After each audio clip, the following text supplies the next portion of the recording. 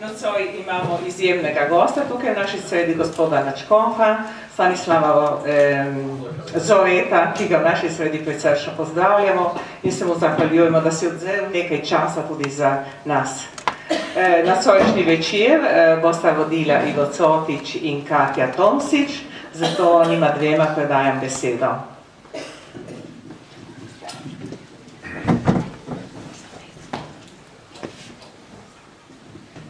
Dobar večer. Gost današnjega večera, srečanja pod tipami, je ljubljanski načkov monsignor Stanislav Zore. Najprej kratka predstavitev. Načkov Stanislav Zore, monsignor, se je rodil 7. septembra 1958 v Seljah pri Kamniku. Leta 1974 je stopil v Serafinski kolegij v Kamniku, po maturi leta 1977 je šel v novicijat na Kostanjevico v Novi Gorici. Leta 1980 je opravil vojaški rok v Varaždinu, leta 1984 pa je diplomiral iz teologije in naredil slovesne zaobljube na en datum, ki se bo potem ponavljal večkrat v življenju, se pravi 4. oktobra 1984 na dan svetega Frančiška. V duhovnika je bil posvečen 29. junija 1985 v Ljubljani. Zdaj začnemo s temi bolj uradnimi zadolžitvami, ki jih je imel gospod Načkov, in sicer bil je definitor province, provincialni vikar in 2 mandata provincialni minister slovenske frančiškanske province Svetega Križa. 2-krat je bil magister novincev in magister bratov za častnimi zaobljubami, bil je rektor bazilik na Brezjah in na Sveti Gori, tajnik provincialnega tajništva za vzgojo in študij, predsednik Južnoslovanske konference provincialnih ministrov, reda manjših bratov in član operativnega odbora Zveze manjših bratov Evrope. En mandat je bil tudi član zbora svetovalcev Koprske škofije. 2-krat je bil predsednik konference redovnih ustanov Slovenije. Preidemo zdaj na zadnjo zadolžitev. Sveti oče, papež Frančišek, je imenoval vas, predstojnika slovenskih frančiškanov, ravno na god svetega Frančiška Asiškega leta 2014 za ljubljanskega nadškofa in metropolita. Je to samo naključje ali je imel lik svetega Frančiška v vašem življenju res posebno vlogo in jo še ima? Kako vam je še danes Frančiškov duh vodilo?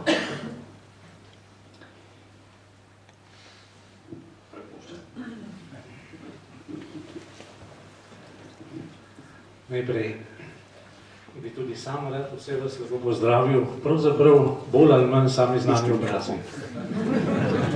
Samo da smo se srečevali na drugem kraju, ravno tako milosten, kakor je pravzaprav vsak kraj, kjer se ljudje srečujemo, milosten, ker se tam dogaja nekaj božjega, se uresničuje nekaj svetega in v nekoliko drugačnih službah. In zato res vsi lepo pozdravljeni od tukaj mojih bratov, bratra Miha, ki je sprejel moje slovesne obljube takrat kot provincial leta 1984 na praznik svetega Frančiška, pa do vseh drugih. Sveti Frančišek v mojem življenju je vstopil tako, bi rekel, po Frančiškovo, brez hrupa, brez velikih dogodkov, tako kakor je skromno prihajal v času svojega zemeljskega življenja med ljudi in jim je počasi zlezel pod kožo, tako je prihajal tudi v moje življenje na takšen skrivnosten način in mi tudi zlezel pod kožo. Danes ga pravzaprav občudujem kot tistega, ki je bil neizmerno zaljubljen v Boga. Mnogi ga gledajo kot enega prvih poetov, enega prvih ekologov, ampak Frančišek je bil poet zaradi tega, ker je tako ljubil Boga. In je prepeval stvarstvo zaradi tega, ker mu je stvarstvo razodevalo Boga in njegovo ljubezen. In je vse stvari videl kot brate in sestre zaradi tega, ker so prišle iz Božjih rok, iz Božje stvariteljske moči in stvariteljske ljubezni.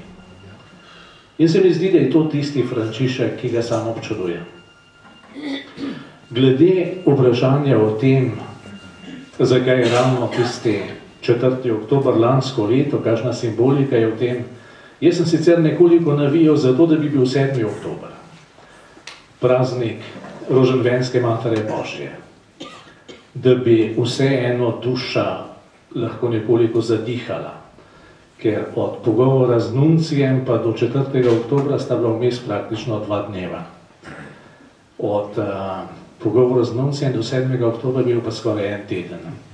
In bi bilo lepo imeti tisti teden, ampak se ni išlo. In to je dokaz, da včasih vatikanske mline meljejo zelo hitro. In so odločitve bile sprejete dejansko v nekaj dneh. Zakaj je bil ravno sveti Frančišek? Sveti Frančišek je lansko leto padel na soboto. In običajno, vsaj pri nas, so nova imenovanja škofov vedno objavljali na soboto. To je sicer zelo, zelo nerodno za novinarje, ker so v soboto prosti in potem na vrat na nos letijo v uredništva in morajo pisati prispevke, članke in jim to ni nič kaj posebej všeč. So tudi izrazili željo, če bi se to lahko kako spremenilo. Ampak mislim, da je bil tudi to eden od razlogov, zakaj je bil 4. oktober. Hvala Bogu pa tudi za to, da se je to pokrilo z godom svetega Frančiška, ker je nekaj dragocenega v mojem življenju.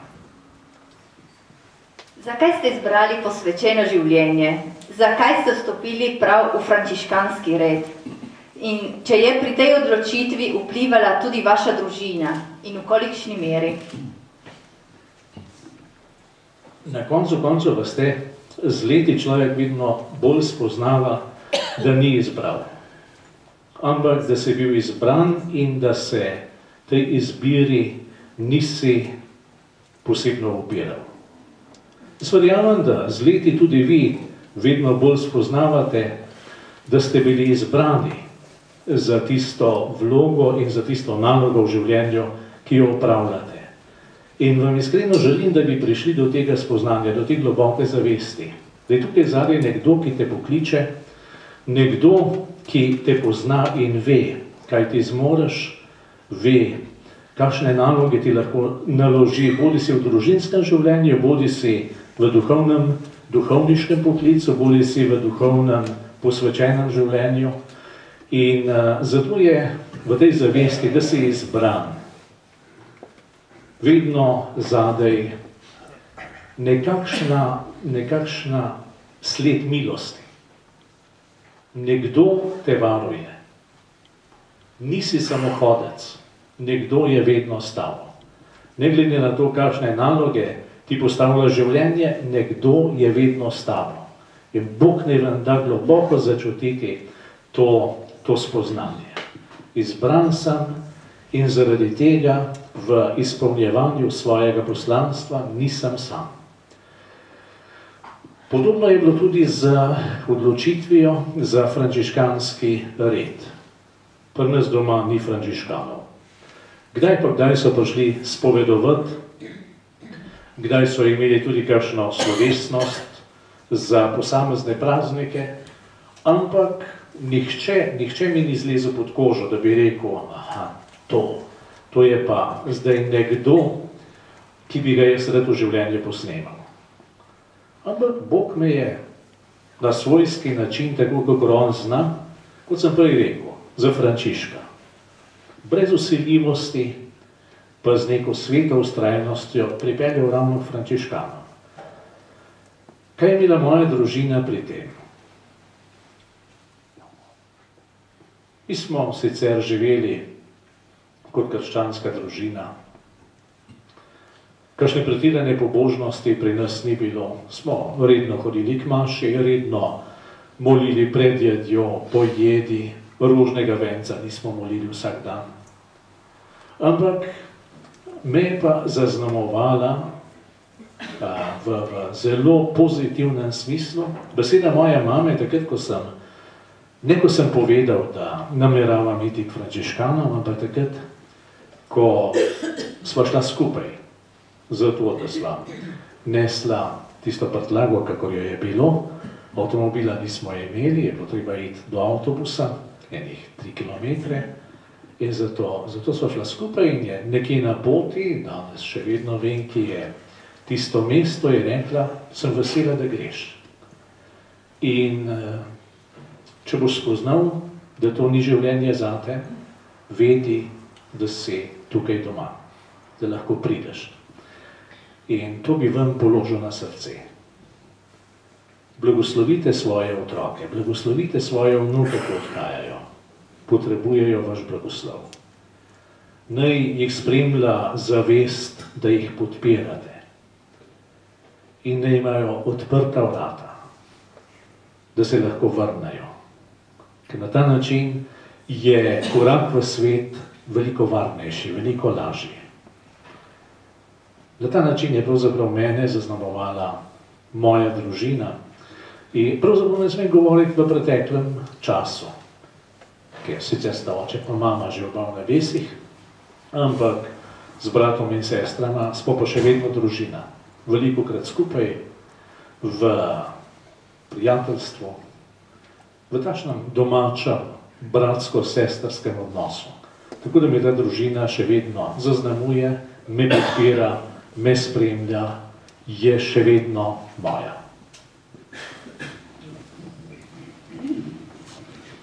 Če gremo naprej, kako je bil začetek vašega mandata po enoletni odsotnosti ljubljanskega nadškofa?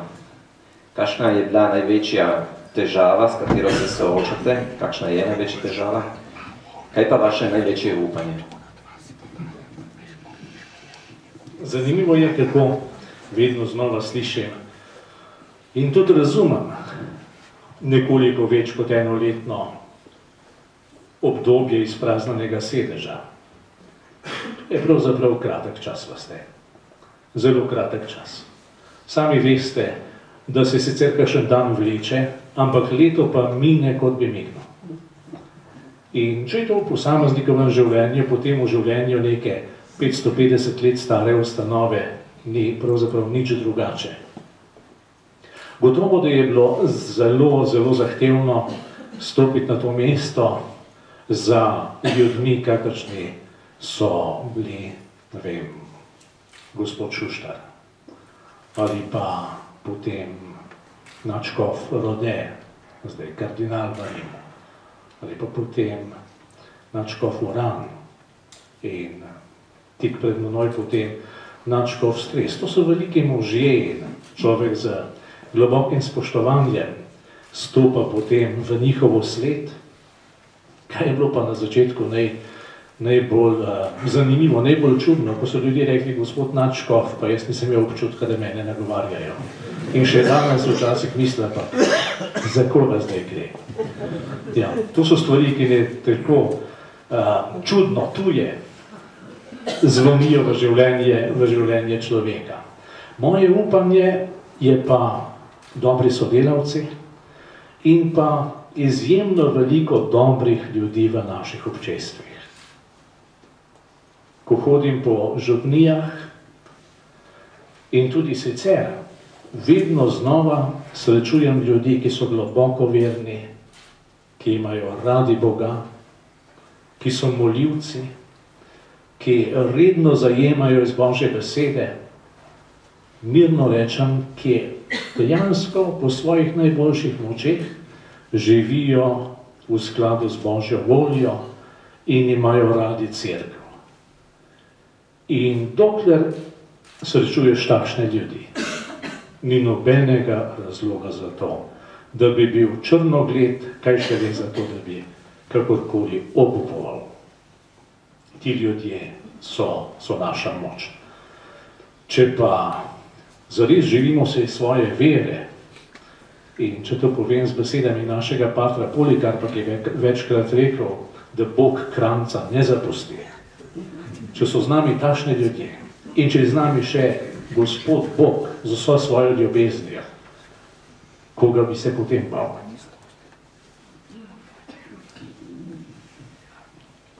Čeprav se v Sloveniji velika večina prebivalcev opredeljuje za rimsko-katoliško veroizpoved, kljub vlogi Radia Ognjišče, Mesečnika Ognjišče in Tednika Družine, če se omejim na nekatere medije, ki odigravajo zelo pomembno vlogo pri širjenju vere, so stališča cerkve in katoličanov v javnosti moteča, nezaželjena tako v politiki kot v državnih medijih ter v civilni družbi.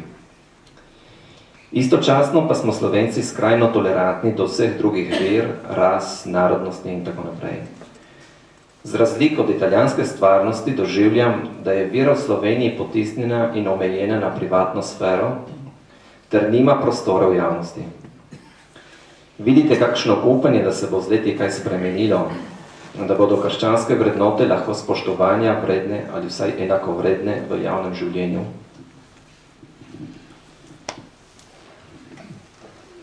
To je pravzaprav zelo kompleksno vprašanje, zelo široko in ne vem, če sem sposoben zares celovito odgovoriti nam. To je res. To je dediščina, pa ne samo dediščina, tudi realnost današnjega časa in dediščina preteklega političnega sistema, da vero potiska v neko privatno sfero, morda v zakristije, kako smo včasih rekli, v cerkve in za 4 zidove domačega doma, še najbolje pa, če kar ostane samo v srcu in v življenju, v osebnem življenju tistega posameznika, ki veruje, naj bi se pa ne pojavljala v javnem življenju. Ampak poglejte, po neki naravni logiki stvari, kljub temu vedno znova iščejo naše mnenje. Jaz mislim, da je tole nocoj četrti pogovor, pa celo 5. že. In 2 od teh sta bila za javne medije, ne za cerkvene. Kar pomeni, da tudi naša javnost želi slišati besedo cerkve. Je beseda cerkve, je misel cerkve, so vrednote cerkve in kristjanov zanjo izziv. Pa tudi, če morda potem doživljamo njihovo nasprotovanje, nič hudega. Sicer človek v tem nasprotovanju ne bi ploskal, ne bi od veselja skakal v zrak, to je razumljivo. Ampak pomeni, da vznemirjamo. In samo kot takšna cerkev smo pravzaprav v resnici Kristusova cerkev. Jezus je zelo, zelo jasno rekel, gorje vam, kadar bodo o vas vsi dobro govorili. Ker je to pomenilo, da ste izgubili svoje sporočilo. Da ste izgubili tisto ost, ki človeka zbada in prebuja k preverjanju samega sebe, k tehtanju svojih razmišljanj, k preverjanju svojih vrednot. Je pa res, da v nekem javnem medijskem prostoru nimamo dovolj možnosti, da bi pojasnjevali svoje stališča, svoje mnenje, da bi širili svoje vrednote. Na koncu konca, poglejte, tudi Jezus svojega evangelija ni širil po pismih, to so začeli šele apostoli. Jezus sam je vero, evangelij, očeta in razodetje očetovi ljubezni vedno prenašal v osebnem odnosu, v osebnem srečanju. In tu je najprej naše spraševanje vesti. Ti lahko posreduješ naprej samo nekaj, kar resnica v tebi živi. Ti evangelij prepričljivo izročaš naprej samo, če evangelij v tebi živi, ne kot misel, ampak kot živi odnos s Gospodom Jezusom Kristusom.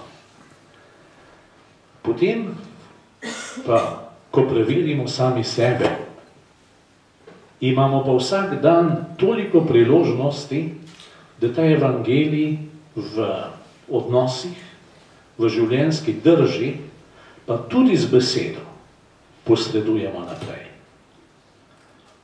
In če bomo te možnosti znali izkoristiti, če svoje vere ne bomo skrivali, če se svoje vere ne bomo podzavestno sramovali. Se vam je že kdaj zgodilo, mogoče tukaj na Goriškem ne, na oni strani se je pa to dostikrat dogajalo, da je človek prišel, ne vem, v restauracijo in se je vprašal, ali bi se pokrižal ali se ne bi. Še meni se je to zgodilo. Podzavestno se bojimo pokazati svojo vero. Podzavestno se bojimo biti kristjani. In jasno, da takšne ne moremo evangelizirati. Takšne ne moremo biti sol nove evangelizacije. Zato moramo prečistiti svoj odnos do svoje vere, svoj odnos do svojega krščanstva. In če bomo potem delali po Jezusovi metodi, ne da bi vse druge možnosti zanemarjali, hkrati pa jim ni treba dajati prevelike moči. Če bomo v svojih družinah znali prenesti svojo vero in svojo ljubezen do Boga na mlajše rodove, potem bo vera navzoča in bo vera živa in močna. Ne bo nekakšna družbena ideja, ne bo nekakšno javno prepričanje, ampak bo to v resnici življenje ljudi, ki verujejo v Boga. To je pa naloga nas vseh.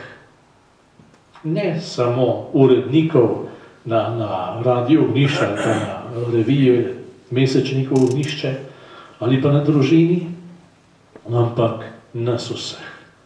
Ko se bomo mi začeli zavedati, da smo mi cerkev, da smo mi oznanjevalci, da smo mi dobili naročilo, pojdite in naredite vse narode za moje učence, ljudje moji,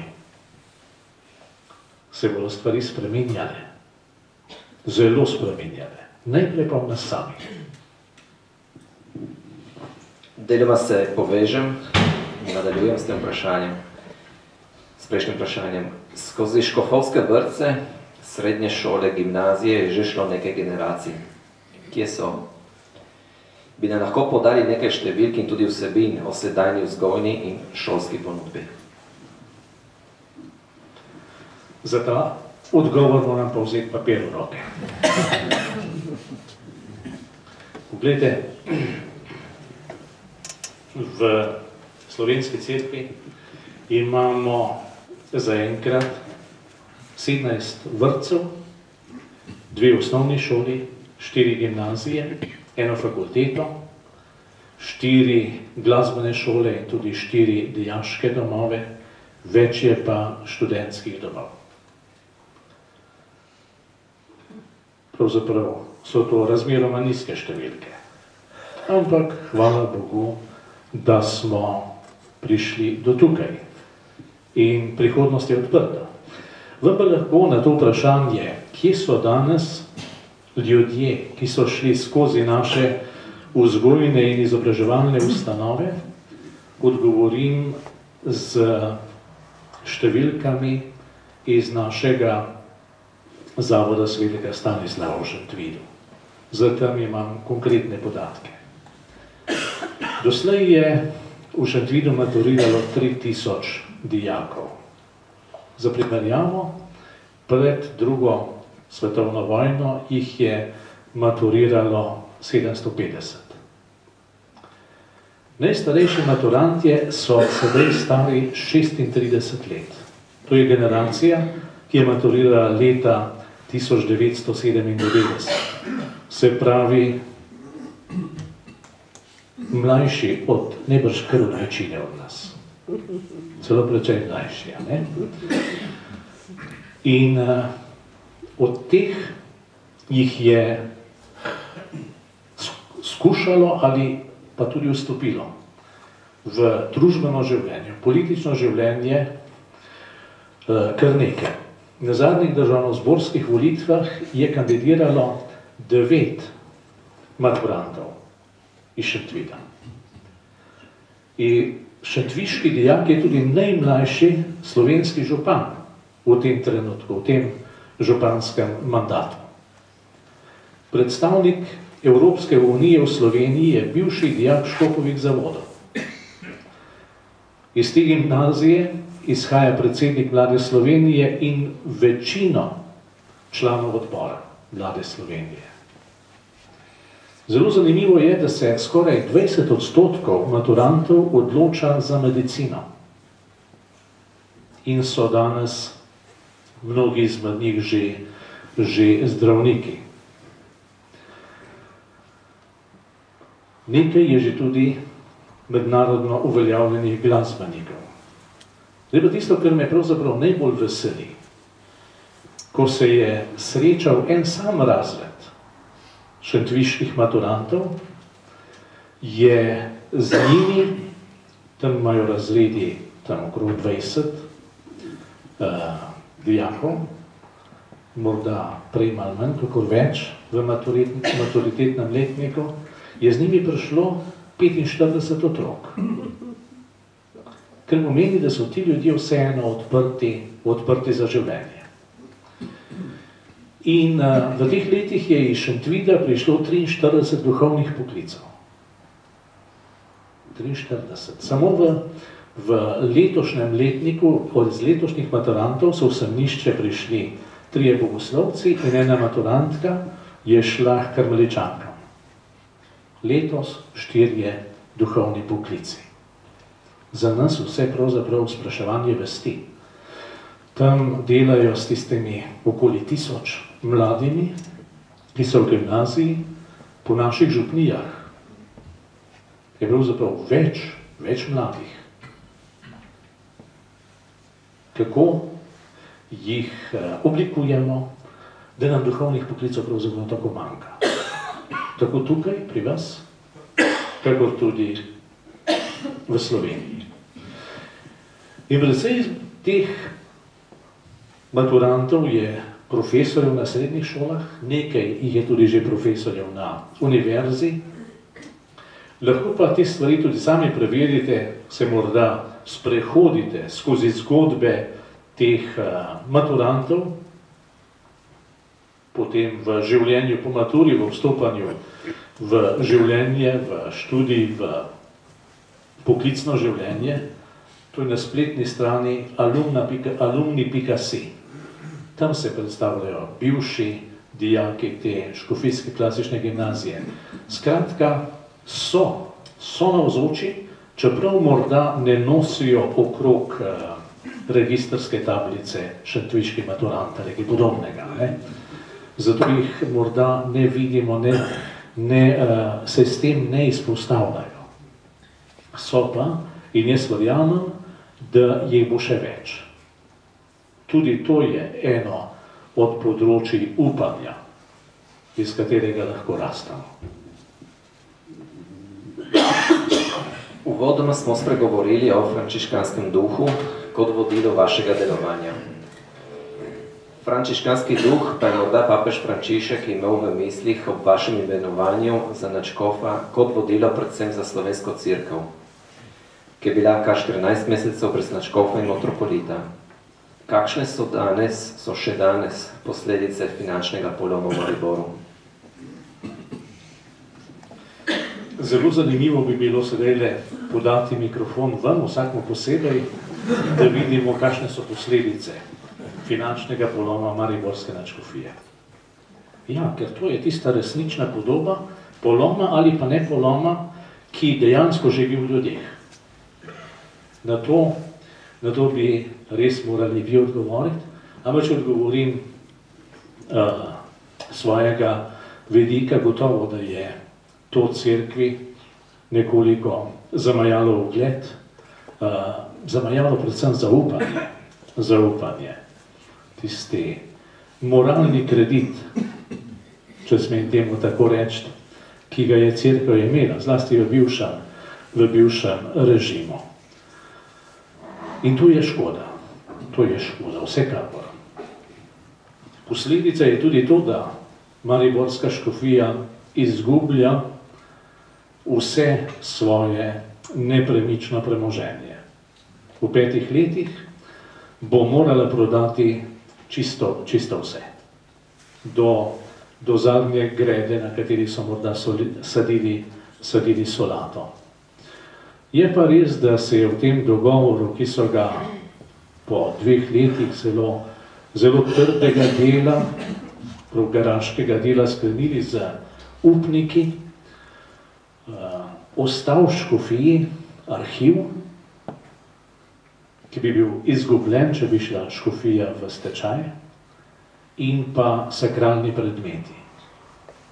In to je pa pravzaprav tisto, na koncu koncev, največje bogatstvo, ki ga materialno duhovno bogatstvo, če ga tako imenujem, ti arhivski dokumenti, arhivsko gradivo in pa sakralni predmeti, ki ga škofija ima. Seveda je tudi to nepremično premoženje velika stvar, ampak tisto resnično dragoceno je pa prav v arhivskem gradivu in v sakralnih predmetih. Tako da to bomo zdaj čutili še nekaj časa, zlasti bo pa to čutila mariborska nadškofija. Več pa se mi zdi, da je zelo dobro, če morda vzamete v roko 5 številk časnika Večer, mogoče kakšen teden, 14 dni pred posvečenjem nadškofa Cvikla. Takrat je v 5 nadaljevanjih v tem časopisu izhajalo analiza dogajanja v Mariboru, okoli zvonov in okoli nadškofije, in je zanimivo. Vloga škofov je bila obdelana v enem odstavku. S tem nočem zmanjševati odgovornosti. Ker na koncu koncev so bili in so na dokumentih podpisi škofa. Ampak tisti pa, ki so krojili vso zgodbo, so bili pa drugje. Jaz verjamem, da trenutno še ne poznamo vseh. Ampak, kako na vseh področjih, tudi tukaj velja Jezusova beseda, rečena apostolom, nič ni skritega, kar se ne bi zvedelo. In zato bomo počasi tudi do teh, ki so bili zadaj za mariborsko zgodbo prišli. Ena zanimivost, ki je prav, da vam jo povem, je, da je bilo več rešitev. Ampak je bila ena od naših bank proti rešitvi, če tudi je bilo to v njeno škodo. Skoraj večkrat v tistem duhu, ki pravi na Gorenskem, tudi če moja krava crkne, sam da sosedova. Da njemu 2, pravzaprav. Tako da ta zgodba je v marsičem še skrivnostna, s tem pa nekako nočem zmanjševati škode, ki jo je to dogajanje povzročilo v slovenski cerkvi, in so ga potem mediji ves čas imeli na počasnem ognju. Ves čas so nekoliko greli to zgodbo. Moram pa povedati, da v zadnjem času, v zadnjih intervjujih pa tega vprašanja ni več. Se zdi, da se umika v preteklost. Kar pa ne pomeni, da ne bo spet kdaj priložnost, da dobimo to vprašanje. Pred nekaj dnevi se ste vrnili iz Rima, kjer ste se udeležili sinode o družini. Kot uvod bi rada prebrala misel papeža Frančiška o vlogi družine. Družina je prostor, kjer se naučimo ljubiti. Je naravno središče človeškega življenja. Družino sestavljajo obrazi, osebe, ki ljubijo, se pogovarjajo, se darujejo za druge in varujejo življenje, predvsem tisto, ki je najbolj krhko in šibko. Brez pretiravanja bi lahko rekli, da je družina gibalo sveta in zgodovine. Družina je kraj, kjer dobimo ime, je kraj naklonjenosti, prostor zaupnosti, kjer se učimo umetnosti dialoga in medsebojnega sporazumevanja. V družini se človek zave svojega dostojanstva in še posebej, če gre za krščansko vzgojo, prepozna dostojanstvo vsake osebe, posebej tistih, ki so bolni, šibki, izključeni. Družina pa temelji na zakonski zvezi. Zakon je kot prvi zakrament človeškosti, kjer človek odkriva samega sebe, razumeva samega sebe v odnosu do drugih in v odnosu do ljubezni, ki jo more prejemati in dajati.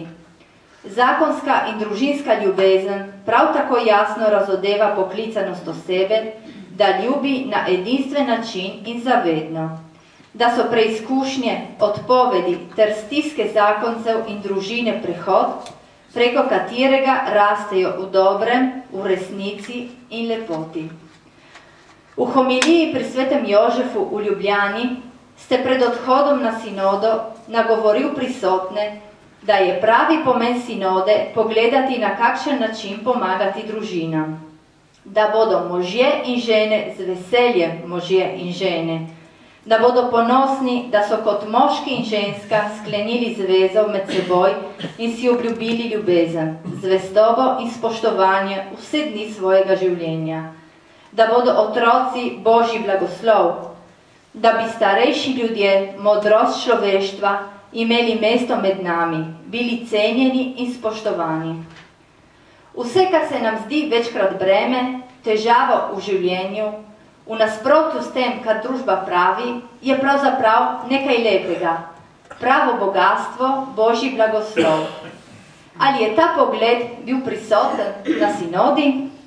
In še, kako je potekal dan na zborovanju v Rimu, kdo se je udeležil sinode, katere so bile glavne točke na sinodi, in če nam lahko razkrijete zaključke posvetovanj in vaše mnenje o glavnih temah, in kakšna je poklicanost in poslanstvo družine v cerkvi in sodobnem svetu. Mašina, to pa jaz ne vem, če bomo vse se zapomnili. Mogoče bo treba vmes še kaj pomagati, ne? Ja, bi lepo prosil.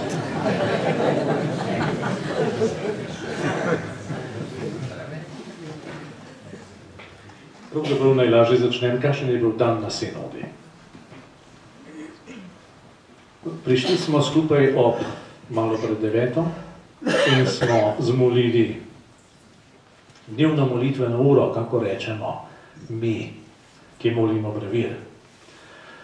In potem so, če je bila plenarno zasedanje, smo bili v dvorani, kjer je bilo 270 škofov, nadškofov, kardinalov, patriarhov vzhodnih katoliških cerkva, potem profesorjev, ki so bili povabljeni kot udeleženci sinode, in zraven so bili še drugi ljudje, zakonski pari, strokovnjaki z posameznih področij, opazovalci drugih krščanskih cerkva in potem seveda tudi pomožno osebje.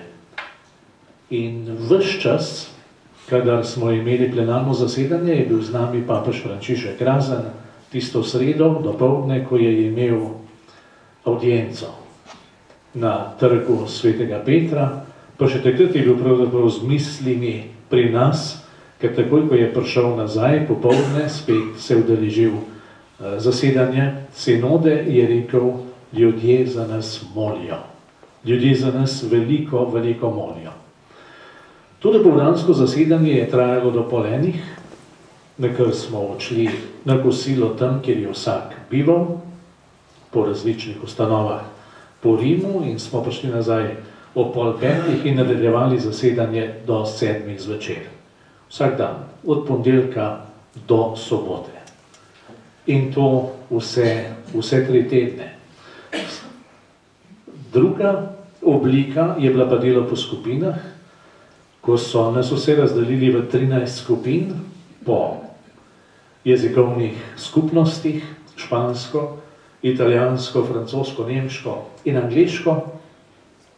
In v skupini je bilo od 20 do 24 članov sinode, v vsaki skupini je bil tudi vsaj en zakonski par, potem so bili v teh skupinah tudi po 2-3 strokovnjaki z različnih področij, in opazovalec ene od krščanskih cerkva, pa seveda dva tajnika, ki sta delala zapisnik. Zelo pomembno je bila ta papeževa navzočnost, ker smo čutili, da mu sinoda v resnici zelo, zelo veliko pomeni, da ima sinodo v srcu, da jo nosi s seboj. In zelo pozorno je spremljal vse dogajanje v sinodalni dvorani. Še zdaj ga imam pred očmi, kako se je pravzaprav na ves glas smejal do mislice enega izmed škofov iz Grčije. Skratka, bil je tam s srcem, bil je tam z duhom. Kaj so bili tisti temeljni poudarki? Nekaj, kar me je iznenadilo in sem o teh večkrat že povedal, je tole. Rekel sem, da smo bili razdeljeni v 13 skupin, ampak ko smo potem poslušali poročila iz teh skupin, so vse skupine v nekaterih primerih celo z istimi besedami izrazile, kaj manjka, izrazile, na kaj je treba dati več poudarka, povedale, kaj je po našem mnenju narobe zapisano. Skratka, v tej pestrosti, ki je vladala v skupinah in potem tudi med skupinami, se je čutilo vetje duha, ki je vse te skupine vodil v isti smeri. Ne vem, za eno primerjavo, v naši skupini nas je bilo 20 članov sinode, 9 kardinalov med njimi, potem 3 zelo izkušeni kanonisti, profesorji kanonskega prava, potem sta bila 2 člana iz Latinske Amerike, en član je bil iz Afrike, bil je eden iz Ukrajine, škof iz Ukrajine, škof oziroma patriarh Ukrajinske grko-katoliške cerkve, bil je mađarski škof grko-katoliške cerkve. Skratka, zelo pestro in v ostalih skupinah ni bilo nič manj pestro. Pa vendar so iz skupin ali so se v skupinah rojevale podobne ideje, podobne misli. To je bilo nekaj izjemno, pravzaprav presenetljivega. Druga stvar, ki vam bi jo rad povedal, je, da so pogovori potekali na izjemno visokem akademskem in človeškem nivoju. To so ljudje, ki so mimogrede na pamet v latinščini navajali odloke Tridentinskega koncila. Se spomnim, kako je škof Fizikela, ki je na čelu sveta za novo evangelizacijo, ob nekem citatu, ki je bil označen samo z narekovajem, brez da bi bil napisan vir ali avtor tega citata, fraza v 2 besedah, je rekel, to je pa rekel papež Pavel VI na zasedanju Združenih narodov tistega in tistega dne, tistega leta. Skratka, ljudje, ki so doma v materiji. In po drugi strani smo imeli različna mnenja, različna stališča. Hkrati je pa med vsemi vedno velo neverjetno spoštovanje. Tako da je bilo, pravzaprav to je bila neka šola pogovora na visoki ravni, ko se ne strinjamo vsi, pa smo se zelo sposobni pogovarjati in prihajati, kot sem rekel, pod vodstvom Svetega Duha, proti rešitvam, ki so ne moja, ne tvoja, ampak postane naša stvar cerkve. Zdaj pa še kakšno vprašanje? Zaključki, posvetovanj, glavnih temah. Glavne teme boste vsi lahko prebrali v tem spletnem dokumentu, ki je izjemno delo komisije, ki ga je spravila skupaj pravzaprav v 2 dneh. In prva tema je priprava na zakon. Pravzaprav bom povedal takole. Sam dokument, kako tudi sama sinoda, je sestavljena iz 3 sklopov. Prvi sklop je, ali pa prvi del, je družina danes. Stanje, izzivi, problemi, skratka, družina v našem času. Drugi del je potem razločevanje poklicanosti družine v tem času. V okolju, kakršna posamezna družina živi. In tretja tema, tretji sklop je pa potem poslanstvo družine v cerkvi in v svetu. In na ta način smo tudi delali bodisi na plenarnih zasedanjih ali pa v skupinah. In pomembno se mi zdi, da se nismo zadržali samo pri problemih ali pa predvsem pri problemih. Dejstvo je, da je danes vedno več družin, ki so ranjene, tako ali drugače. Ločeni, ponovno civilno poročenje in tako naprej. Ampak sinoda, namen sinode ni bil, da reši vse probleme in vsa vprašanja povezana z ločitvami in z ponovno civilnimi poročenimi in z prejemanjem obhajila in ne vem, kaj še vse. Zelo zanimivo je rekel papež, kmalu od začetka sinode pravi, tam zunaj, se pravi v medijskem svetu, bi radi, da bi bil edini ali pa vsaj glavni problem naše sinode obhajilo ponovno civilno poročenih. Rekel, to ni. Ni in ne bo. Ne bo. Kajti, če sinoda govori o družini, potem mora vse svoje moči zastaviti za to, da takšnih družin ne bo. Ali da je moči manj.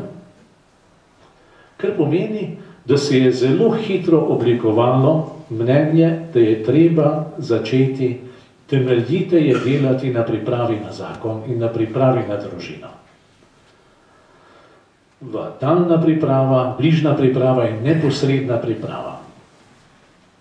Potem, da je potrebno v istem duhu spremljati družino po poroki naprej. Kajti s poroko se, to pa vi bolj veste, se nič ne konča. Ampak se pravzaprav vse šele začne. In zato ta družina, čeprav v prvem trenutku sama pri sebi misli, da je samozadostna, da ne potrebuje nikogar. 2 mlada, ki se poročita, pa res ne potrebujeta nikogar. O tem sta sveto prepričana. Ampak je pomembno, da jo občestvo, da jo druge družine spremljajo, zato, da v tistem trenutku, ko doživita preizkus svojega odnosa, da imata ob sebi oporo, da zmoreta naprej. Potem zlasti ti predstavniki vzhodnih katoliških cerkva so izjemno naglasili duhovnost v družini. Duhovnost v družini. Branje svetega pisma, lekcijo divina, molitveno branje svetega pisma. Molitev v družini. Družinsko bogoslužje. Družinske obrede. Potem zakramentalno življenje. Potem duhovnega očeta, duhovno očetovstvo, duhovnega spremljevalca, družine, zakonskega para. Da ne moremo delati močne družine, če v njej Bog nima svojega mesta. Če v njej Bog nima svoje stalne navzočnosti. In še en takšen premik je bil zaznaven v poteku sinode, namreč, da družine začnejo skrbeti za družine. Ne da župniki skrbijo za družine, ampak da družine začnejo skrbeti za družine. Da se v župnijah izoblikuje nekakšno živo občestvo, ki bo sprejelo vase novo družino, ki ni samozadostno. Tudi župnijsko občestvo ne sme biti samozadostno, ampak mora biti odprto, da ti mladi ljudje, ki se pripravljajo na zakon, lahko vstopajo v to občestvo, da niso sami. Da potem v tem občestvu doživijo poroko in v tem občestvu doživljajo tudi spremstvo. Skrati, družina nič več kot objekt pastoralnega delovanja, ko od zunaj prihaja vse tisto, ampak družina kot subjekt pastoralnega delovanja, kot družina drugim družinam in posameznikom posreduje to, kar ste navedli papeža, lepoto zakonskega življenja, ljubezen, da se je za odnos vredno potruditi in tako naprej. Hkrati je pa na sinodi zelo prišla do izraza katoliškost cerkve, namreč mi vsi živimo v predstavah Evropske cerkve.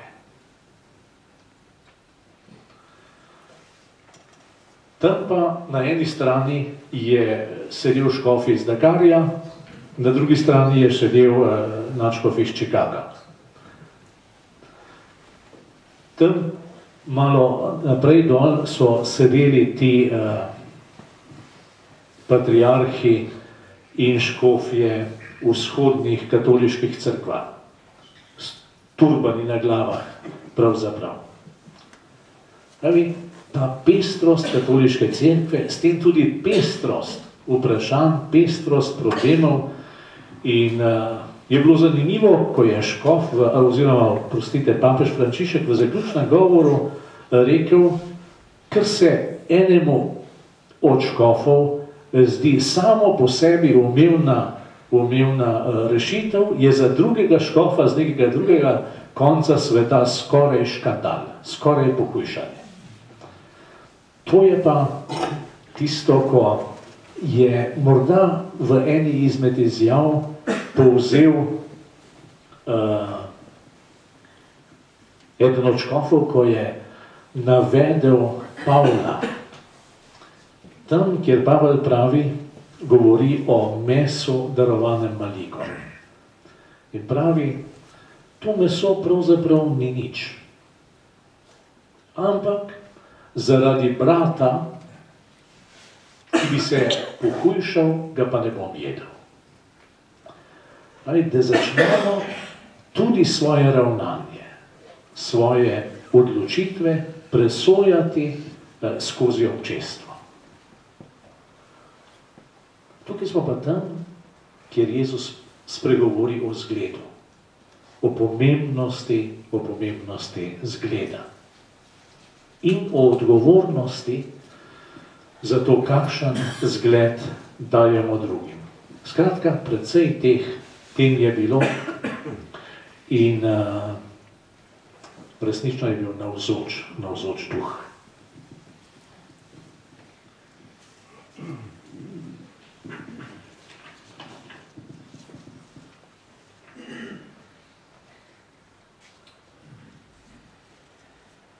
Spregovorili ste na sinodi, mislim, dali ste poseben poudarek v vašem posegu na sinodi o dolgoročni pripravi na zakon.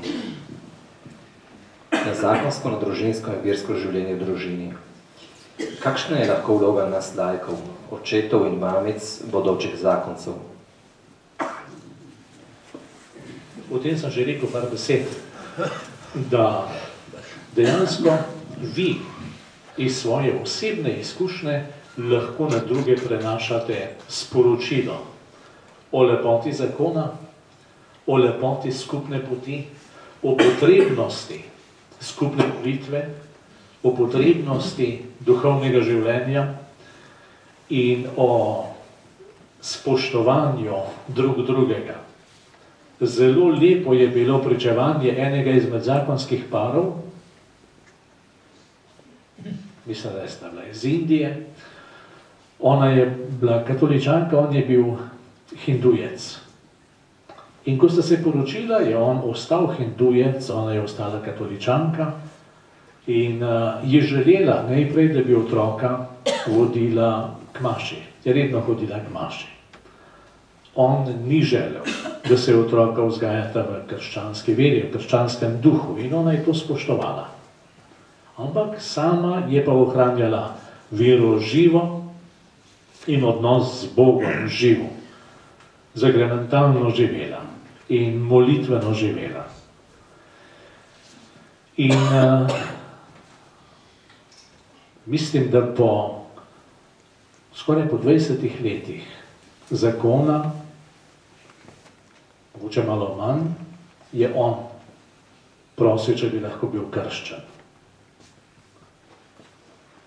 Nekaj zatem je najprej en otrok prosil, če bi bil lahko krščan. 4 leta zatem še drug otrok prosil, če bi bil lahko krščan. In pravi, danes, to je rekel on, prej hindujec, danes hodimo skupaj k maši, skupaj k obhajilu, skupaj molimo in smo srečna družina. Moč zgleda, moč molitve. In to je tisto, kar lahko naredite vi. Ko jaz rečem eno besedo, rečejo se, on mora tako govoriti. Vse drugač bi mu vzeli v službo, bi bil hiter upokojeni škof. Ja. Če pa en oče tako reče, en mož tako reče, ena mama, ena žena tako reče, to se pa drugače posluša. Ona pa živi moje življenje, oziroma ona dva živita najino življenje, če nagovarja ta par. In vaša beseda je zaradi tega drugače verodostojna. Ni več govorjena iz dolžnosti, z pozicije neke službe. Vaša beseda je govorjena iz osebnega izkustva in iz osebnega prepričanja, iz osebnega doživetja in se drugače posluša. In tu je moč, pravzaprav tudi cerkve, pri posredovanju, pri pripravi ljudi na zakon in spremljanju zakonskih parov. Tega je precej. Ne smemo misliti, da govorimo o nečem, kar je še neka čisto jasna prihodnost. Tega je precej že tudi v naši cerkvi. Seveda bo potrebno še veliko narediti, zlasti na tisti daljni pripravi na zakon in bližnji pripravi na zakon. Daljna, da že otroci začnejo doživljati, da je lepo biti poročen, da je lepo biti oče in mama, da je lepo biti družina, da bojo to nosili pred seboj kot neko prihodnost, kot nek načrt, hrepenenje. Potem tista bližna priprava, ki pride takrat, ko morda še niso po parih, ampak so spoznali v svojem življenju zelo zares in zelo zavestno, da so poklicani v zakon, da so poklicani v družinsko življenje. Takrat se začne potem ta pot priprave na odnose v zakonu in na odnose v družini. Večkrat je bila uporabljena beseda katehumenat. Kakor je katehumenat neka pot do vere, pot utrjevanja vere, tako bi bila tudi ta bližna priprava na zakon nekakšna pot do zakona. Potem pa še neposredna priprava, kjer gre pa samo za pripravo na obred, na zakrament, na praznovanje oziroma obhajanje poroke. In na tej poti priprave se mi zdi, da je zelo pomembno, da so starši navzoči. Kolikokrat je bilo rečeno, tudi papež je to vedno znova poudarjal in še poudarja, da so starši tisti, ki vzgajajo svoje otroke. Recimo, bom zdaj izpostavil družino svojega brata. Žena imata 4 hčerke. Ko so hčerke prišle v določeno zrelost, sta šla z mamico vrstilo, ne? Sta šli z mamico na torto. In to je bil pogovor, to je bila spolna vzgoja med mamo in hčerko. In vsi so vedeli, zakaj se gre. Ampak reklo se pa je, greva na torto. Ne? Starši morajo to narediti. Ne ulica, ne internet, ne šola, ampak starši. Starši. In to je tisto, gledajte, to je priprava na zakon. Ja. Tiskovni predstavnik Svetega sedeža, pater Federico Lombardi, je v vprašanju vnovič poročenih ločencev ter njihovega prejemanja obhajila pod določenimi pogoji dejal, da sta se na sinodi izkristalizirala dva vidika. Po eni strani je treba ohraniti cerkveni nauk, po drugi pa naj bi cerkev spremljala ranjene ljudi. Nam lahko poveste kaj več o tem vprašanju in kaj pomeni to konkretno? To je pravzaprav en sam vidik. Nista dva vidika, ampak je dopolnjevanje, ki je zelo notranje povezano. Pa še večkrat rekel, tudi v času sinode je rekel, nauka ne spreminjamo. Ne zato, ker bi se ne upali, ne zato, ker bi ne vem kaj, ne zato, da ne bomo ustregli medijskim pritiskom, ampak zaradi tega, ker evangelija ne moramo spreminjati. Pričem je šlo za vprašanje neločljivosti zakona. In vedno znova za navajanje tistih Jezusovih besed, kar je Bog združil, tega naj človek ne ločuje, kako pravi Jezus v evangeliju. Pravi, to je nauk. O spremljanju družin je bilo pa danes že nekaj povedanega in da je treba spremljati vse družine. Nobena družina ni izločena iz tega spremljanja, iz tega procesa.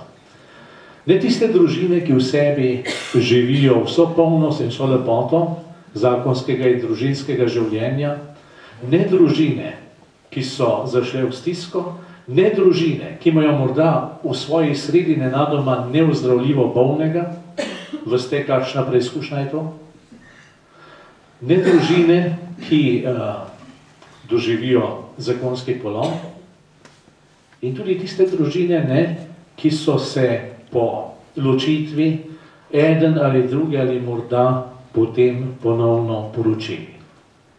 Vse družine ostajajo del cerkve. To se moramo dobro zavedati. Družina ostaja del cerkve. Seveda, če hoče.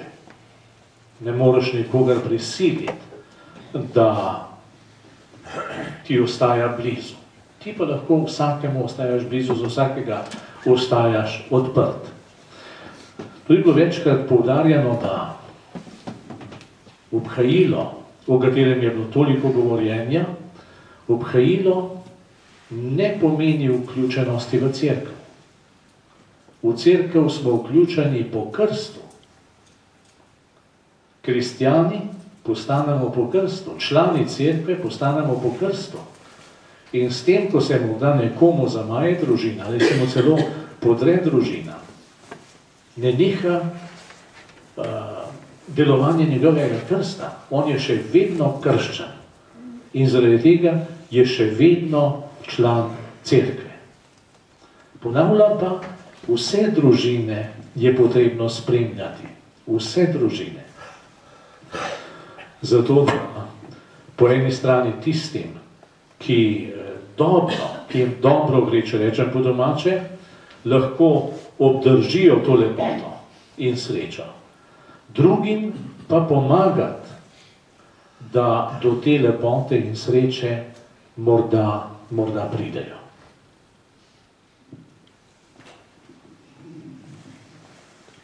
Kako naj kristjani, preidemo argument, na drugo stran obrnemo, kako naj kristjani sprejmemo begunce? Vera nam narekuje, naj ljubimo svojega bližnjega, naj mu pomagamo, naj v njem vidimo Kristusa. Tudi mi se soočamo z bližnjim, ki pa nam včasih vzbuja strah, saj se v naših krajih naseljujejo izključno mlajši moški, brez družine, musulmanske veroizpovedi. Vedno bolj pogosti so tudi primeri napetosti in javne sile niso vedno v stanju, da bi nadzorovale situacijo. Zaskrbljujoče je tudi dejstvo, da begunskemu valu ni videti konca in da Evropa kaže vso svojo nemoč. Kakšen je vaš pogled na to in kako mislite, da bo to vplivalo na krščanske temelje evropskih narodov? Spet je to zelo kompleksno vprašanje in po drugi strani zelo aktualno prav v tem našem času. Tudi na sinodi je odmevalo in tudi v sklepnem dokumentu sinode so begunci omenjeni v enem členu, morda celo več. Sinoda je do tega vprašanja zavzela v dokumentu tako stališče. Človeku, ki pride na tvoja vrata in potrebuje pomoč, moraš pomagati po svojih močeh. Mlačen sem bil, žejen sem bil. Na koncu koncev je mlačen sem bil in žejen sem bil tisto edino merilo, skozi katerega bomo vstopali v nebeško kraljestvo. Tega se včasih morda niti ne zavedamo. Lebdimo v nekoliko višjih sferah, ampak v nebesa bomo šli skozi konkreten odnos do konkretnega potrebnega človeka. To je prva stvar. Druga stvar, ki jo dokument poudarja, je naloga, zaveza beguncev, da sprejemajo in spoštujejo zakone držav in ureditev držav, v katere gredo, ki jim dajejo gostoljubje. Škofje, ki so pa prihajali iz teh področij, iz Sirije, iz Iraka, z Libanona, so pa naglašali tisto, kar se morda veliko premalo sliši. Da je namreč treba tam umiriti razmere. Da je treba tam doseči ustavitev vojne, ustavitev te sovražnosti. In se zdi, da to nekomu ni v interesu. Čeprav lahko spremljajo vsakega izmed nas s svojimi sateliti, ko greš iz enega konca ulice na drug konec ulice, tam so pa stvari kar neznane. Pa dajte na mer. Nekomu ni v interesu. In tu je treba stvari vedno znova povedati. Ne samo Evropi, ampak tistim, ki na svetovni ravni odločajo. Zakaj? Kakšno korist imajo zaradi tega, ker ohranjajo ali pa celo povzročajo nemir, nestabilnost nekega področja? Kaj to dolgoročno pomeni? Ali imajo res pravico, kakršnokoli pravico, na tolikem trpljenju graditi kakršnokoli korist? To so pa tiste vprašanja, kjer se pa dotikamo srčike begunskega vala. In tam, dokler se to ne bo zgodilo, toliko časa bomo živeli v negotovosti pred ljudmi, ki prihajajo sem. Ali to maje, kako ste rekli, krščanske temelje Evrope, evropskih narodov. Poglejte, Evropa se je takrat, ko se je sprejemala tista tako imenovana Evropska pogodba, odpovedala krščanstvu. Tudi to je treba povedati, da ne bi manipulirali s tem krščanstvom sem in tja. Verjamem, da se spomnite, kako goreče se je takrat, pa zdaj že sveti Janez Pavel II prizadeval za to, da bi bili v predgovoru, v preambuli te Evropske ustave omenjeni tudi krščanski temelji, iz katerih raste sedanja Evropa. Pa niso. Niso bili in še danes niso. In to je bila ena izmed bolečin, ki jih je Janez Pavel II. Nosil s seboj. In zato kar naenkrat mahati s to krščansko Evropo se mi zdi mačkan mal skolj hipokrizije. Je pa vprašanje, ki ga to dogajanje postavlja vsakemu izmed nas. Pogledajte, ti ljudje, ki prihajajo, so sposobni 5-krat na dan, tam, kjer je, moliti. A je to na cesti, a je to v begunskem taborišču, a je to kjerkoli. A mi, kristjani, opravimo vsaj jutranjo in večerno molitev. Če ja, potem oni ne bodo ogrozili naše vere. Se bodo spremenili odnosi, se bo morda spremenil tudi politični sistem, bodo še kaj drugega, naše vere pa ne bodo ogrozili. Če ne, jo pa lahko. Tukaj se mi zdi, da je dejansko se dale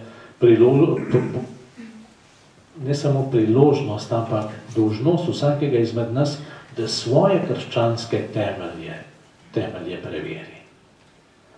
Prej je bilo rečeno, da smo Slovenci v veliki večini katoličani. Ob zadnjem preverjanju oziroma popisu, kjer je bilo še vprašanje o tem, kakšne vere je kdo, kakšnega prepričanja, mislim, da je bilo to leta 2002, je Slovencev reklo 58%, da so katoličani. 58%. Takrat, takoj po osamosvojitvi, se spomnite, da smo govorili o 76%. 76, 58. Dobro, je bilo tudi vprašanje, oziroma se lahko o tem tudi ni izjasnil, ni odgovoril na to vprašanje. Ampak teh, ki niso odgovorili na to vprašanje, je bilo manj kakor tistih, ki so rekli, da so ateisti, ki jih je bilo 15% takrat. Od leta 2002 do danes smo najbrž še zdrsnili navzdol. Tega ne govorim zaradi tega, da je ljudje pesimistični. Sploh ne. Ampak zaradi tega, da ne bi živeli v nekem svetu, ki ga ni. Da ne bi živeli z napačnimi predstavami, v kakšni Sloveniji živimo. Za primerjavo v Ljubljani je že manj cerkvenih porok, kakor pa, cerkvenih pogrebov, kakor pa civilnih. Manj. In ko rečem cerkvenih, pomeni katoliških, pravoslavnih, protestantskih, muslimanskih in vseh drugih ver. Manj kakor civilnih. Da ne bi živeli v prepričanju, kako smo zelo prežeti s katoliškim duhom. Pa še enkrat, ne govorim tega, da bi širil pesimizem ali zato, da bi obupovali nad tem, kje smo, ampak da si odpremo oči in vidimo, kje živimo. In vendar, pogledajte, v takšnem okolju, kakršno je, lahko živimo svojo vero in smo poklicani živeti svojo vero. Jo oznanjati.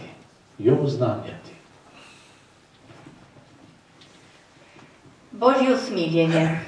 Sveta Faustina je dobila nalogo, da širi zavest Božjega usmiljenja, da oznanja neizmerno Božjo ljubezen do grešnikov. Ni grešnika, ki bi ga Bog ne sprejel v njegovo naročje.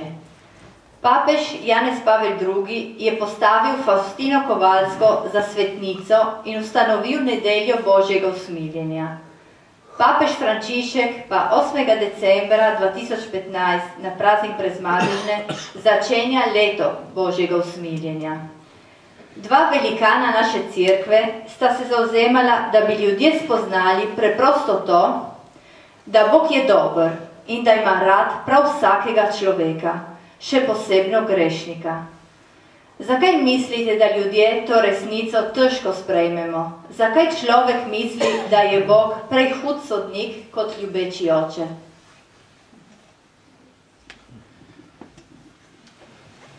Če mislite drugače, kot bom povedal, nič hudega. Ampak mislim, da mi vsi bolj ali manj grešimo zoper prvo Božjo zapoved. Tam v Svetem pismu piše, ne delaj si rezane podobe. Z drugo besedo, ne delaj si malika. Mislim, da mi velikokrat v svojih predstavah, v svojem kreganju z Bogom srečujemo Boga, kakršnega si ustvarimo sami. Ne Boga Evangelija, ne Boga Jezusa Kristusa, ampak Boga, ki skozi naše življenjske izkušnje, ki skozi naše družinske odnose, morda tudi skozi oznanjevanje nas, duhovnikov, začne nastajati v naši notranjosti. In takšen Bog je Bog, ki je sodnik. Zelo, zelo podoben nam. Mi smo zmeri pravičniški, a ne? Plačaj, poti pa odpustim. In tukaj pravzaprav med nami ni izjem. Bog, ki smo ga oblikovali po svoji podobi. Na začetku je pa Bog ustvaril človeka po svoji podobi. Po Božji podobi smo ustvarjeni in če hočemo priti do Boga, ki je dober, ki je usmiljen, za katerega pravi sveti Janez v prvem pismu, da je ljubezen, lepše se o Bogu ne da spregovoriti. Potem bomo morali v sebi na nek način odkriti tisto bogopodobnost, tisto podobo, ki jo je Bog položil v nas. In takrat bomo tudi mi začeli razumeti, da usmiljenje ne pomeni, da se odpovedujemo pravičnosti, da usmiljenje ne pomeni, da je pa kar vse dobro in vse prav in da vse lahko požegnamo, sploh ne.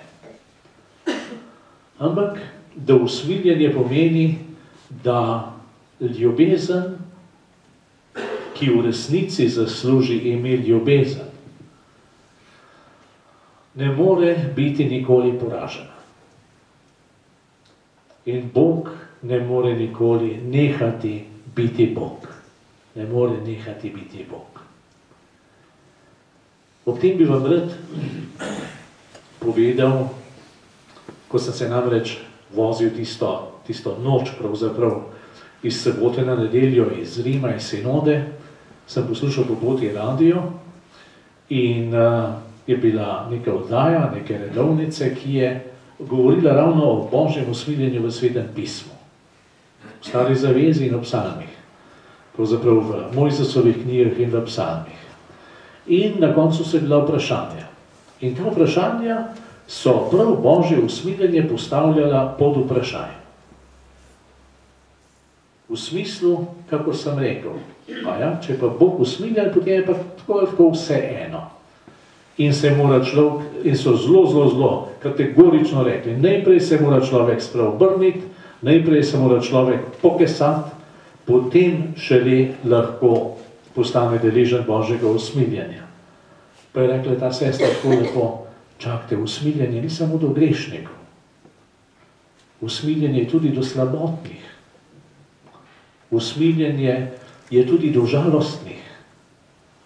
Usmiljenje je do kakorkoli ranjenih. Vsi potrebujejo usmiljanje. Ne samo grešniki, ki jih morda mi prepoznamo kot takšne. Je pa dejstvo, da Bog, ko je usmiljen z nami, nam šele odpira prostor svobode, bi jaz temu rekel. Brez Božjega usmiljenja, kaj se zgodi? Mi ostanemo ujeti v svojem grehu. In ni nobene možnosti. Nimamo možnosti. Živimo v prekletstvu. Ko pa Bog kot usmiljeni oče pusti odprta vrata kot oče v priliki o izgubljenem sinu, se nam odpre pot. Mi lahko gremo domov. Nam ni treba biti več svinjski pastir, ampak gremo lahko k očetu. In to je usmiljanje. Vrata, ki so odprta. A bom jaz skozi ta vrata šel ali ne? Imamo en takšen nekoliko grob pregovor, ker rečemo, da Bog nobenega za lase v nebesa ne vleče. Vedno pa odpira vrata, da ti moraš vstopiti. In ta odprta vrata, zavrnitev domov, vsakega izmed nas, to je Božje usmiljenje. Ampak sem rekel, lahko mislite drugače. Svetniki spadajo v občestvo cerkve, ki nam je stalno ob strani. K njim se zatekamo z raznimi prošnjami in z njihovim življenjem so nam večkrat vzgled. V glavnem spadajo ti med duhovnike, redovnike in redovnice. Manj je primerov svetnikov ali blaženih laikov, še manj pa zakoncev. Omenila bi le zakonce Ludvika in Marijo Zeljo Martin, zakonca in starša svete Terezije deteta Jezusa, ki jo je papež prav pred kratkim razglasil za svetnika, ter blaženega Marijo in Luigija Beltrame Quattrocchi. Slednja sta živela na prehodu iz 19. v 20. stoletje. Imela sta 4 otroke, 3 so posvetili njihovo življenje Kristusu. Pri 4. nosečnosti sta se odločila, da jo pripeljeta do konca, tudi če so jim zdravniki priporočali splav, saj je Marija v tedanjih razmerah imela samo 5% možnosti, da ob taki diagnozi preživi. Njihov primer kaže, kako odnos med možem in ženo lahko raste v krščanski kreposti, še posebej z obiskovanjem svete maše in prejemanjem svetega obhajila. Sveti Janez Pavel II. Je ob nagovoru ob njuni beatifikaciji med drugim poudaril, da sta živela običajno družinsko življenje na neobičajen način. Kako lahko mi, zakonci, v današnjih razmerah živimo običajno družinsko življenje na neobičajen način? Vaši nasveti in spodbude. Ni treba mene poslušati, Boga poslušajte. Boga.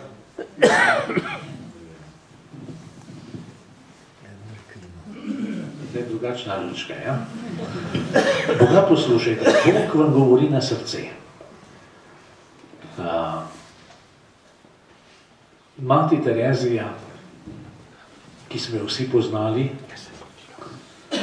in jo še za časa življenja imeli za svetnico, čeprav je sama v sebi nosila 40 let duhovne teme in duhovne suše in občutka, da je Bog daleč, tako da je celo v nekem pismu svojemu duhovnemu voditelju zapisala stavek, ki se nam zdi skoraj bogokleten.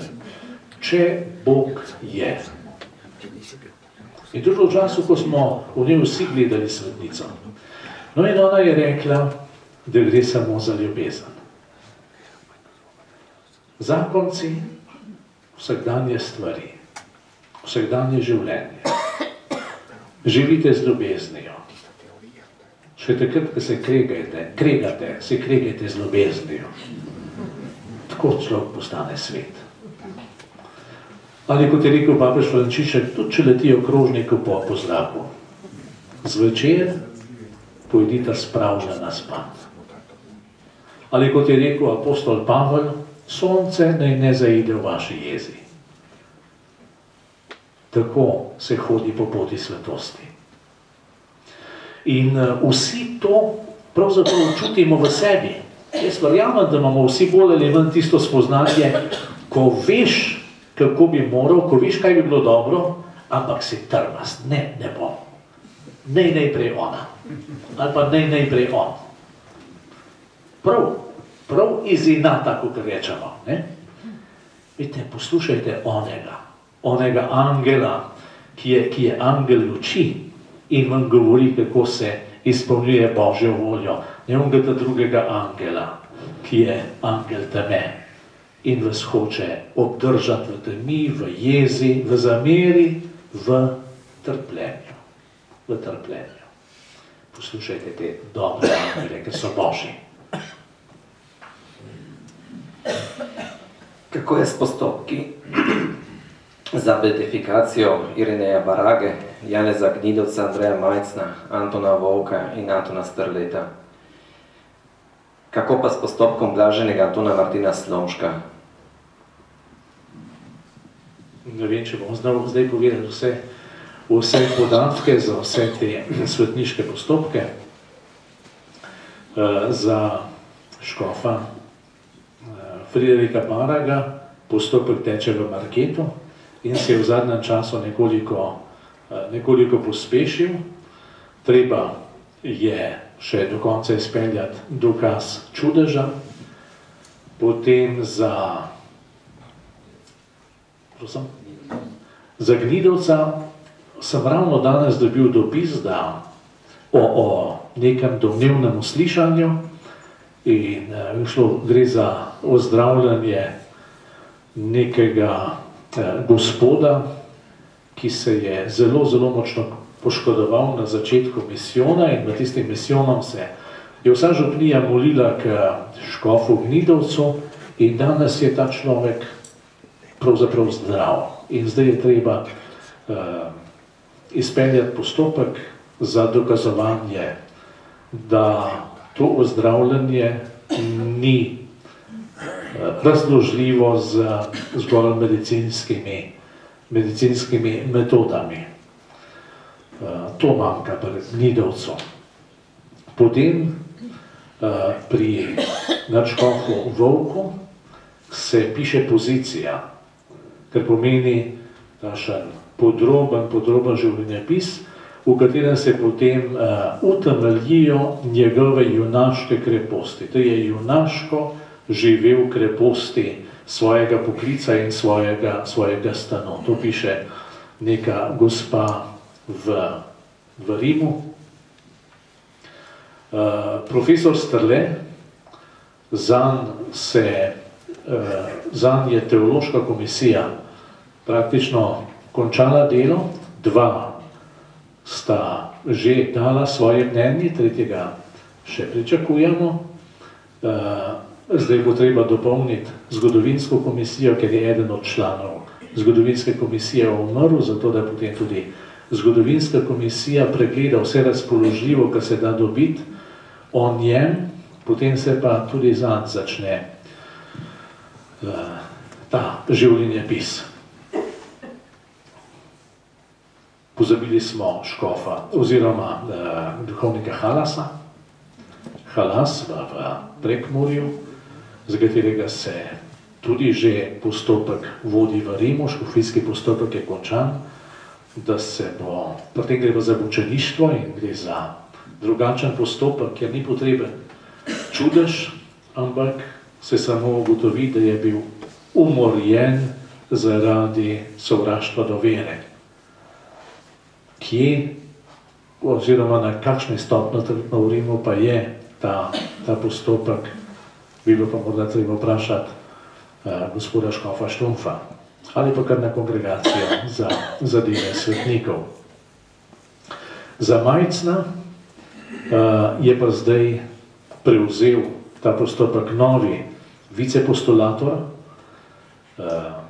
Majcen je redovnik, salezijanec in zato je postulator, tisti, ki vodi postopek, generalni postulator vsega reda, tukaj v Sloveniji pa potem prevzame konkretno nalogo na terenu viceapostolator in mogoče kakšen mesec pa pol nazaj je bil tukaj človek iz Vietnama zato, da bo pregledal, mislim, 1500 Majcnovih pisem Vietnamcev Majcno in da pričakujejo, da bodo prav v teh pismih odkrili morda nove poteze ali pa nova dejanja, ki jih je gospod Majcen med temi svojimi ljudmi naredil.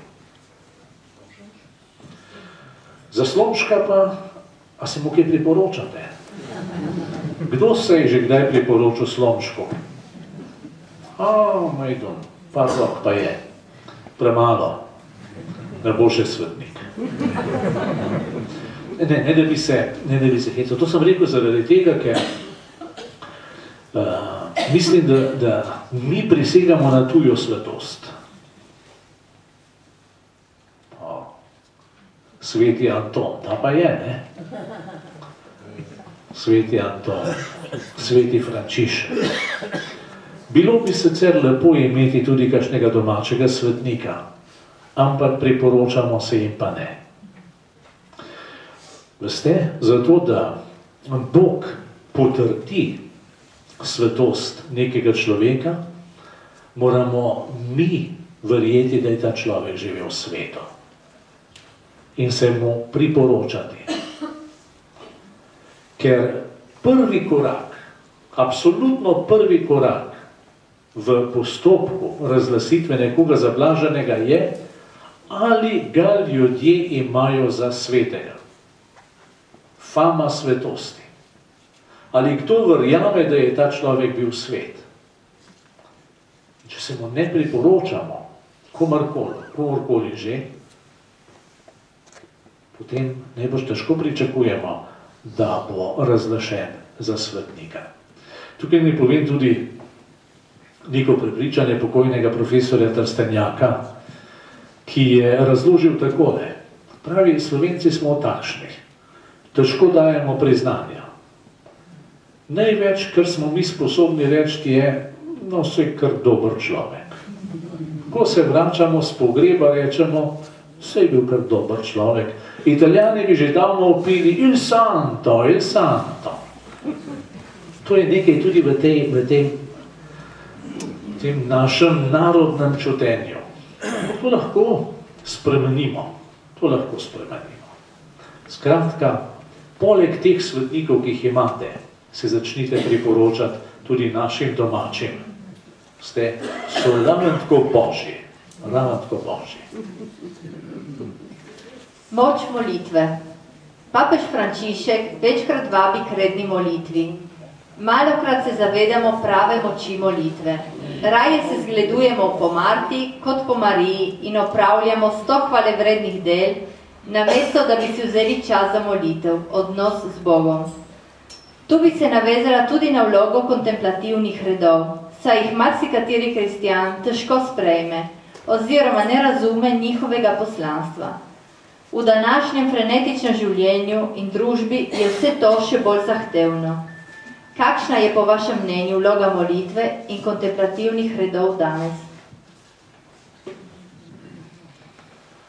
Če hočemo v življenju hoditi z Bogom in izpolnjevati Božjo voljo, potem moramo moliti. To večkrat povem, pa bom ponovil. Skušajte se čim večkrat ozirati v Jezusa. Ampak ne v Jezusa, kakršnega ste si morda oblikovali skozi čas, ampak v Jezusa, kakor stopa pred nas v Evangeliju. Kakršen stopa pred nas v Evangeliju. Če boste spremljali Jezusa skozi Evangelij, boste presenečeni, kolikokrat je Jezus molil. Kolikrat beremo, je noč prečul v molitvi. Na vse zgodaj zjutraj je odšel na samoten kraj in je molil. Apostoli ga iščejo in ga najdejo pri molitvi. Zakaj? Zato, ker je težko spal. Ne. Zaradi tega, ker je potreboval bližino z očetom, da je lahko izpolnil svoje poslanstvo od rešenika, tako kakor oče hoče in ne tako, kakor hoče svet. Pravi Bog in pravi človek je bil razpet med očetov klic in neprestane ponudbe sveta. Če si sin Božji, na samem začetku javnega delovanja, če si sin Božji, reci te kamno naj bodo kruh. In čisto na koncu, vmes imamo Petra in še toliko drugih, ki ga hočejo odvrniti od njegove poti. Čisto na koncu spet sliši, če si sin Božji, stopi s križa in bomo vate verovali. A mislite, da bo Jezusu lažje odločiti se za Boga in reči ne svetu? Ja, samo kolikor je dejansko živel eno z očetom. In to eno z očetom je živel skozi molitev. Če je bilo potrebno, tudi skozi vso noč. In z nami ni drugače. In šibki smo včasih v odnosu do sveta in njegovih ponudb ravno zaradi tega, ker naša povezanost z Bogom ni dovolj trdna, ker ne molimo zares. Po eni strani zelo preprosto in po drugi strani zelo zahtevno. Kakor je bilo zahtevno za Jezusa. In zato vam res priporočam večkrat premišljujte o Jezusu, o takšnem Jezusu, kakršen stopa iz Evangelijev. Jezus Evangelijev. Kontemplativni redovi, veste, se ljudje ne razumemo vsega. In kolikokrat so za kjerga rekli, joj, tega je pa kar škoda za duhovnika. No, ne. In tako tudi ne razumemo kontemplativnih redov. Nič hudega. Vi samo puščajte Bogu svobodo, da nekoga pokliče tudi v kontemplativni red. Kajti, če tam ni Božjega klica, tam ne ostaneš. Tam je treba biti poklican. Poklican k njihovemu načinu življenja, k njihovemu izpolnjevanju dnevnega reda in poklican k nerodovitnosti. Ker tam ni pridiganja, tam ni apostolskega delovanja, tam ni vodenja skupin, tam ni verouka in tako naprej. In zato tisti, ki je poklican, to zmore. Samo tisti. In na ta način, preko teh ljudi, Bog vzdržuje tiste žarišča molitve med nami, da okrepijo našo molitev. In da pred Boga noč in dan prinašajo potrebe našega sveta. Zato pravim, ni jih treba razumeti, spoštujte Božjo odločitev, da so tam in da molijo za nas. Bomo zaključili. Vi ste se izbrali za škofovsko geslo Veselite se v Gospodu. Da bi vse skrbi in upanja, ki so prišla na dan današnjem pogovoru, lahko izročili Gospodu in se jih veselili, bi ob zaključku večera pred vašim blagoslovom predlagali odlomek iz pisma Filipljanom. Veselite se v Gospodu zmeraj. Ponavljam vam, veselite se. Vaša dobrota vodi znana vsem ljudem. Gospod je blizu. Nič ne skrbite, ampak ob vsaki priložnosti izražajte svoje želje Bogu z molitvijo in prošnjo, zahvaljevanjem. In Božji mir, ki presega vsak bo varoval vaša srca in vaše misli v Kristusu Jezusu. Sicer pa, bratje, vse, kar je resnično, kar je vzvišeno, kar je pravično, kar je čisto, kar je ljubeznivo, kar je častno, kar je količkaj krepostno in hvalevredno, vse to imejte v mislih. Kar ste se od mene naučili, prejeli, slišali in videli, to delajte in Bog miru bo z vami.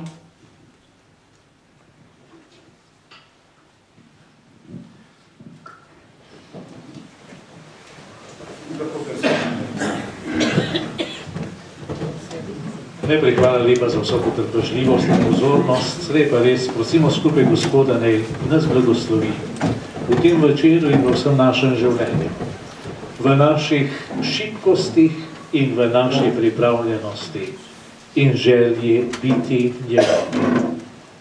Gospod z vami. Blagoslovi naj vas Gospod in vas varuje. Razjasni naj svoj obraz nad vami in naj vam bo milostljiv. Obrne naj svoje obličje k vam in vam da svoj mir. Vas in vse vaše naj blagoslovi vsemogočni Bog, Oče in Sin in Sveti Duh. In naj vas Bog varuje na poti domov, angelčki pa v lepem spanju.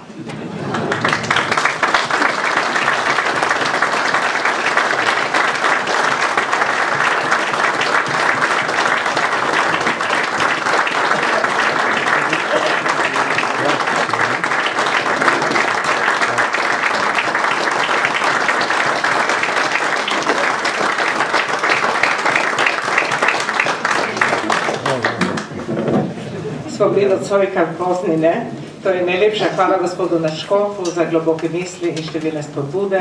Hvala tudi Kati Tomcič in Ivo Tucotiču, ki sta nocoj vodila tale pogovor.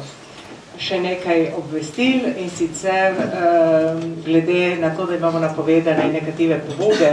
V torek 10. novembra bomo imeli odprtje razstave Andreja Jenca, to je eden najbolj reprezentativnih slovenskih umetnikov. 14. novembra pa bomo imeli Martinov večer in sicer ob Avsenikovih melodij. Bodo tukaj v naši sredi tudi Joži Kališnik in Jožica Svete in še tercet iz Nove Gorice, se ne spomnim, kako se imenuje, Kresnica, ja. Glede na to bomo mi naslednje srečanje pod Lipami imeli 16. novembra. To je pa ponedeljek. Mi običajno imamo ob četrtkih, smo pa morali prenesti na ponedeljek, zato ker bomo imeli v gosteh slovensko senatorko gospoda Maro Blažina. In ker je ona ima pač obveznosti v Rimu, smo se nekako dogovorili, da bi bilo to v ponedeljek. To je to. Najlepša hvala vsem. Hvala, ki ste se udeležili tako velikem številu.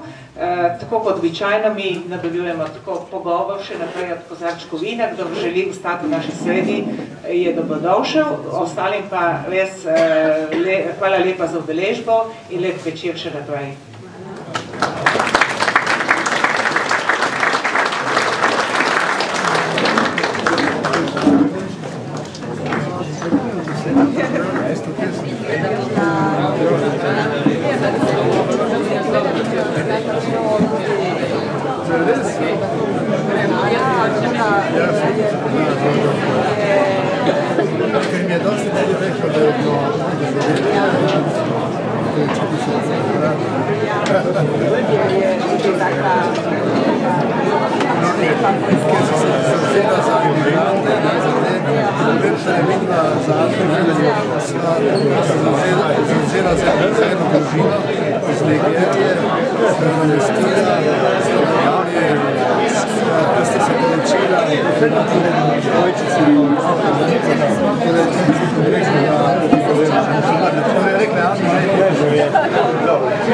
Večkrat